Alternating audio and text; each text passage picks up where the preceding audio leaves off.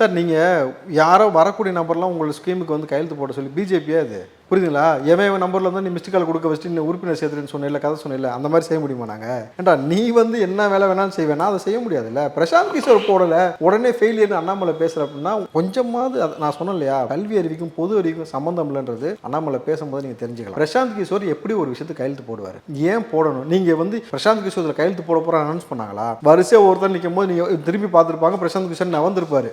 இதுதான் பிரசாந்த் கிஷோர் முதல்ல கையெழுத்து போட சொல்வதுக்கு என்ன தார்மீக உரிமை இருக்க முடியும்னு யோசிக்கணும்ல. அவர் போயிட்டு ஹிந்தி வேணான்னு அவர் எப்படி சொல்லுவார்?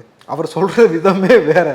இதை புரிஞ்சிக்காம நீங்கள் வந்து ஃபெயிலியர் ஆயிடுச்சு 30 நிமிஷத்தில் உடஞ்சி போச்சான் இந்த அறிவாளி இந்த மேதாவி பேசுகிறது. எப்பா நீங்கள் தான் வந்து திருட்டுத்தனமாக மிஸ்டு கால்லாம் கொடுக்க வச்ச மாதிரி ஒரு கனெக்ஷன் கொடுக்குறதும் எல்லாமே வேலை பண்ணுறது நீங்களே தவிர நான் அண்ணாமலைகிட்ட கேட்குறேன், எதுக்கும் ஒரு ரூமில் இருக்கிற பிளாக் கலர் ஸ்டிக்கரை உரிச்சிட்டேன்னு சொன்னீங்க சொல்லுங்கள். அப்போ நீ என்ன சொல்ல வர? இதுக்கு முன்னாடி இந்த தலைவர்கள்லாம் வந்து பெண்களோட தவறாக நடந்தாங்கன்னு சொல்ல வரீங்களா?